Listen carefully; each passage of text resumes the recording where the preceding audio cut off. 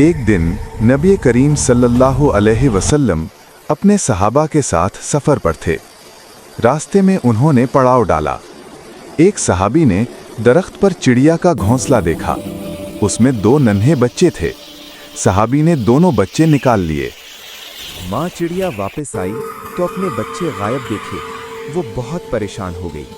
चिड़िया चीखने लगी और उड़ने लगी। नबी करीम सल्लल्लाहु अलैहि वसल्लम ने ये मंजर देखा।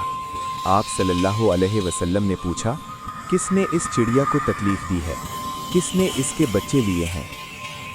सहाबी सामने आए और बोले, या रसूलल्लाह सल्लल्लाहु अलैहि वसल्लम, मैंने लिए हैं। नबी करीम सल्लल्लाहु अलैहि वसल्लम ने फरमाया, उसके बच्चे फौरन वापस कर दो, इस बेज़बान को तकलीफ न दो।